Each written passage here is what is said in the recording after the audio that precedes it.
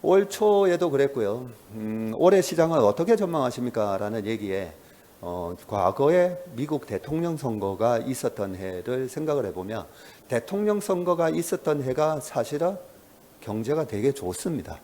4년 차, 그 다음에 대통령, 그 다음 1년 차 경제가 좋습니다.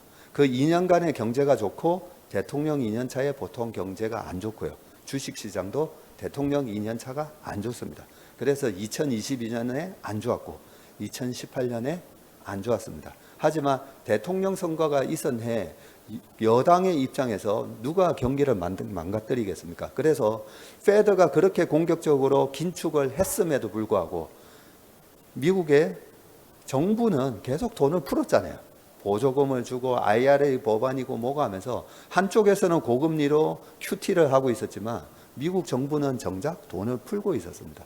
그래서 올해는 하드랜딩은 아니고 코스피 같은 경우에는 2016년 이때가 트럼프와 힐러리의 대선이 있었고요. 지금은 희한하게 트럼프와 해리스의 또 대선 구도로 잡혀 있는데 이때 당시에 주가가 어떻게 흘렀냐면요. 지금 왼쪽 차트랑 오른쪽 차트랑 너무 똑같지 않습니까? 왼쪽이 2016년이고요. 오른쪽이 지금 24년 차트입니다.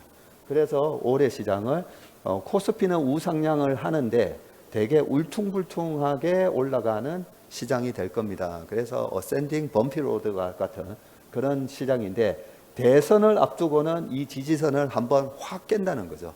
그래서 올해 10월, 9월, 10월 달에는 코스닥이나 코스피나 약간 조심하셔야 된다라는 얘기를 했던 겁니다. 지금 보시면 너무나 모양이 똑같습니다. 코스피 그죠? 자, 이 이후에는 어떻게 됐는지 좀 이따가 보여드리고 코스닥은 어떻게 됐는지 보여드리겠습니다. 코스닥은 올해 5월에서 10월에는 부상자들이 너무 속출할 것 같습니다. 라고 말씀드렸던 이유가 2016년에 위에서 왔다 갔다 하던 코스닥이 대선을 앞두고 2달 전부터 이렇게 무너지기 시작합니다. 굉장히 험악하게 무너졌었습니다. 그래서 올해 코스닥의 연초의 예상 수익률을 보면요. 시총은 400조인데 올해 20조 정도 수익 날 겁니다. 항상 그렇게 전망을 하거든요. 그런데 올해 10조도 안 나옵니다.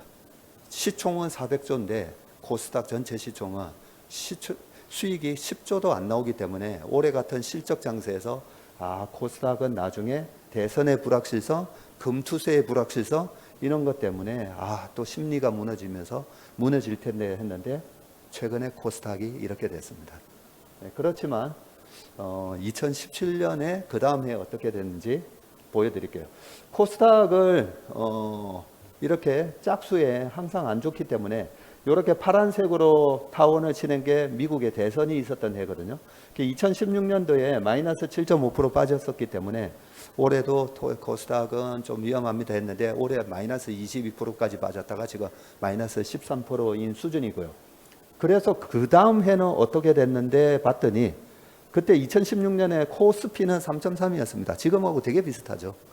그 다음에 2017년은 어떻게 됐는데 봤더니 2017년 트럼프 1기였습니다. 그때 트럼프가 되면 시장 박살난다라고 했을 때입니다. 그럼에도 불구하고 21.8%, 코스닥은 무려 26.4%나 올랐습니다.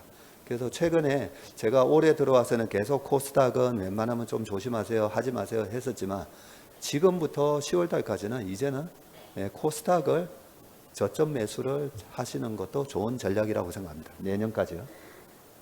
코스닥의 연봉 차트를 보면요. 이 대선이 있었던 해 2000년도에 마이너스 80% 갔고요. 2004년도에 마이너스 28, 2008년에 마이너스 65, 2012년 마이너스 10, 2016년에도 마이너스 15 뭐 이랬기 때문에 올해 800을 깨는 그런 조정이 있을 겁니다 라고 했던 거고요. 그러면 저렇게 조정이 있었을 때 왜 그렇게 투매가 나오는가에 대한 메커니즘을 아셔야 되는데 투매의 메커니즘은 신용의 메커니즘이라고 생각하시면 됩니다. 미국도 1300조 원에 가까운 엄청난 마진덱 트레이딩이라고 부채를 돈을 땡겨서 투자를 하고 있고요. 우리나라 시장도 보시면 이게 코스닥 신용잔고고 오른쪽은 코스피 신용잔고입니다. 그래서 신용잔고가 지금 보시면 코스닥이 이번에 지난 22년의 저점보다를 깼습니다. 그래서 많이 틀렸어요. 그래서 수급이 좀 깨끗해졌습니다. 그래서 10조가 넘었던 이 신용잔고가 7조가 됐더라고요. 그래서 3조 5천억이나 이번에 깨끗하게 틀려서 코스닥의 수급이 좋아졌다. 오른쪽은 코스피 참고하시면 되고요. 결론을 말씀드리겠습니다. 결론은 아까 말씀드렸듯이 나스닥을 비롯한 글로벌 주식시장의 상승 추세는 끝나지 않았습니다. 라고 말씀드리고, 이걸 알고 계셔야 내년에 올해 좀 힘드시고 올해 주식으로 손실이 나셨으면 만회를 할 수가 있습니다. 근데 22년 연말에도 참 안타까웠던 게 22년에 장 많이 빠졌었잖아요. 근데 연말에 내년에 한 번 더 크게 빠질 거야 라는 얘기 때문에 거기서 손절을 하셨던 분이 23년 반등장에 수익을 못 내셨잖아요. 그래서 내가 마인드셋을 어떻게 가져가는가가 굉장히 중요합니다. 그래서 내년에 시장이 절대 나쁘지 않다라고 마음을 먹고 투자를 하시면 좋을 것 같습니다.